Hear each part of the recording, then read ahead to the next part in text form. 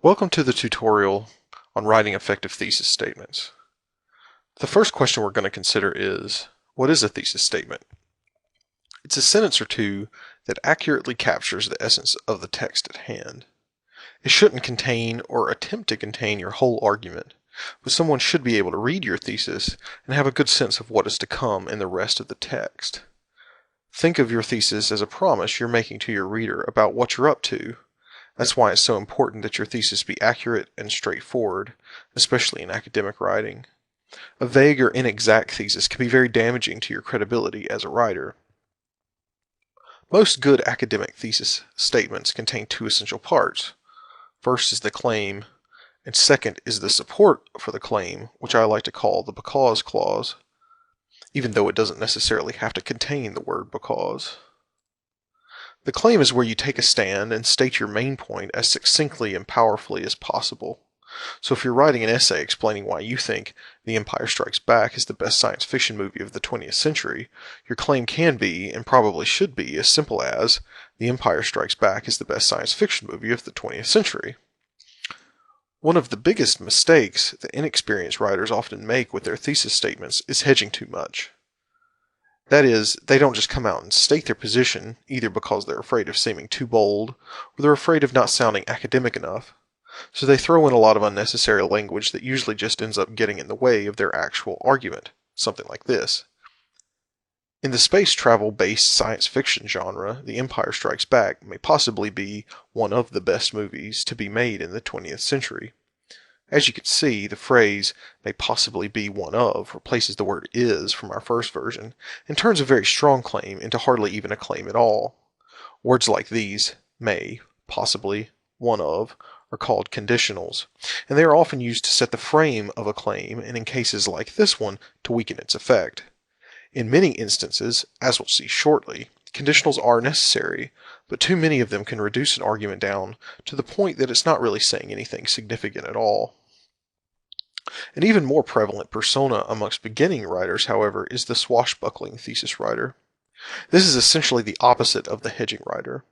Rather than being overly cautious, the swashbuckler makes claims that, in all likelihood, can't be adequately supported. Thesis statements written like this tend to contain lots of superlatives, best, worst, that kind of thing, and lots of absolutes, never, always, all, none, forever, everyone. This is especially dangerous in academic writing because it is difficult to prove that anything is always the case, or that there is any idea or emotion that everyone shares. So while the swashbuckling writer would claim that The Empire Strikes Back is the best movie ever made, we probably shouldn't, because there have been many movies made since the invention of motion pictures, and they vary widely, as do the criteria that people use to judge them. And in an academic paper, you will be held accountable for the words you use. So if you say, best movie ever, you better have a system of ranking that goes beyond mere opinion. Thus, our original claim of The Empire Strikes Back is the best science fiction movie of the 20th century will serve us well because it strikes a balance between the two extremes, the hedger and the swashbuckler. It makes a strong claim without trying to encompass the world. It sets out a manageable and still debatable argumentative task, which should be the underlying goal of most academic texts. Next is the because clause. This is just as critical to writing an effective thesis as the claim is. This is the place where you can point to the support that you will be relying upon to make the argument for your claim. And it is also the place where you begin to define the terms of your argument. The because clause begins to answer the question of why your claim is valid. So if we put the two together, we can have a possible working thesis. The Empire Strikes Back is the best science fiction movie of the 20th century because of the combination of a traditional heroic storyline, groundbreaking special effects, and a talented ensemble cast. Note that the because clause is underlined here. Also note that the because clause clearly establishes the criteria that will be discussed and in what order they will be discussed. Also take note, not every because clause has to start or even contain the word because. For example, we could write instead, the combination of a traditional heroic storyline, groundbreaking special effects, and a talented ensemble cast makes The Empire Strikes Back the best science fiction movie of the 20th century. In this version of the thesis, we reverse the order of the clauses, which affects the way the sentence is read, and the emphasis that each part receives. And we've totally removed the because, yet the relationship between the claim and the because clause remains the same. So, what makes a good thesis? As we've already seen, the two main characteristics of a good thesis are accuracy to your overall argument and clarity. Accuracy refers to how well your thesis reflects the actual argument of your entire text, both in terms of content, that is, do you actually make the argument for your thesis that your thesis promises, and in terms of narrative, that is, do you follow the path that your thesis lays out. If it helps, think of your thesis like a roadmap through your text that lays out the main points of interest. And it's the job of the body of your text to actually go on the intellectual journey that the thesis sets up. Because of our thesis, the audience we're writing to would expect our text to discuss how the storyline, special effects, and cast work together to make The Empire Strikes Back the best science fiction movie of the 20th century. Clarity, however, is a difficult thing to define in writing because what is clear for one person may not be clear for another, and likewise what is clear in one context, say in a highly technical filmmaking journal, may not be clear in a more general audience publication like Time magazine, even though both writings may be about the exact same information. So the main requirement for a clear thesis statement is to know or make an informed estimation about who you're writing to and what their expectation and knowledge about your topic may be. No matter what your audience and their familiarity with the subject, they will expect you to clearly define your terms of argument, the ones you establish in your thesis. In the case of our example, they will expect you to explain what logically makes one movie better than another in regards to your criteria of evaluation. This is the place where using conditional words or phrases might be necessary. For example, rather than claiming that The Empire Strikes Back is the best movie ever, we said it's the best science fiction movie. This is a condition we're putting on the thesis to make it more manageable and reasonable. Additionally, by limiting our discussion to science fiction movies made in the 20th century, we're not forced to compare The Empire Strikes Back to newer movies, where the disparity between special effects technology might make the argument less meaningful. Again, being very careful about how you define your argument in your thesis is a balancing act between not overstating your case and not understating it to the point that it carries no weight. Another, even more helpful metaphor for what an effective thesis is can be described as the governing claim, which means that every secondary claim in a paper must be governed by the big one, otherwise they are simply digressions.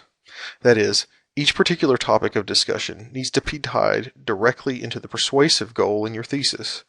By ensuring the shared focus from point to point, as each must relate to and support the overall purpose, you help guarantee that your text will consistently stay on topic and not work against itself at any point.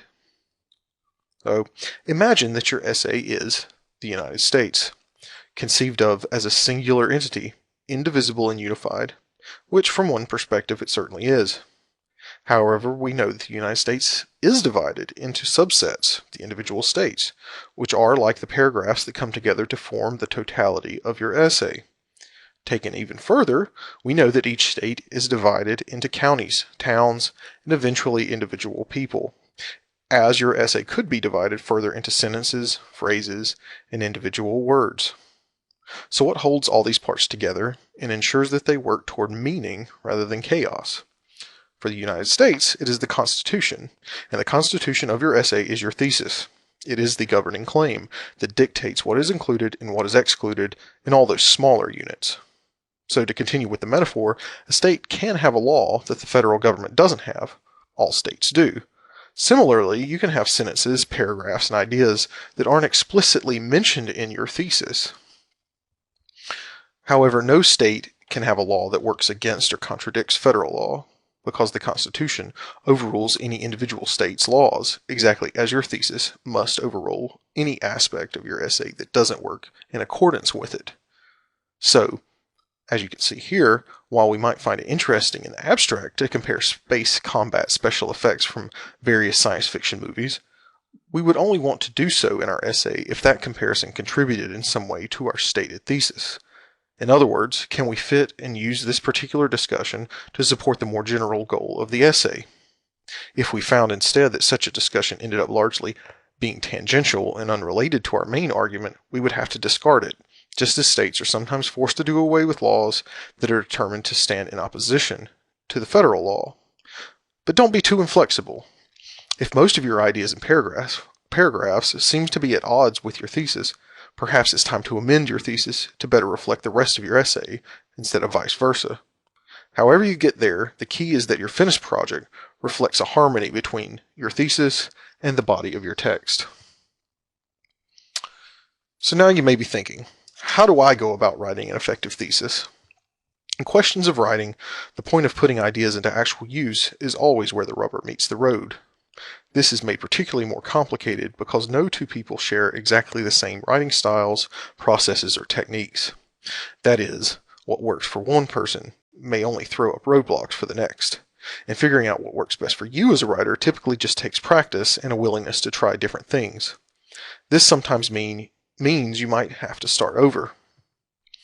Nonetheless, there are a few tried and true bits of advice that will be of use to many academic writers of any experience level. First, thesis statements do not necessarily have to be single sentences, especially if you have a particularly lengthy list of points or a complex bit of logic to work through.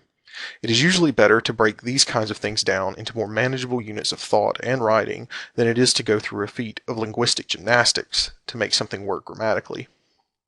Second, don't spend too much time trying to write a perfect thesis before you actually write the rest of your text. In all likelihood, your ideas and arguments will evolve as you proceed with the writing, and you won't actually be able to match your thesis to your text until you go back over both in revision. You can waste a lot of time trying to perfect a thesis that probably won't survive intact in the final draft anyway. Third, be willing to put things bluntly or inelegantly at first. Many fine and published academic essays have a thesis that begins, "This essay will show that... While it may not be the most poetic phrasing in the world, it does two important things. First, it unequivocally signals to readers that, here comes my thesis, and second, it creates an active structure for the writing that follows. In other words, by saying, my essay will show, the thesis turns writing into an action or a kind of communication. It makes it part of a discussion and doesn't allow it to become a passive artifact. Number 4. Strive for as narrow of an argument as your support can stand, by which I simply mean that specificity is almost always preferable to the more general in academic writing.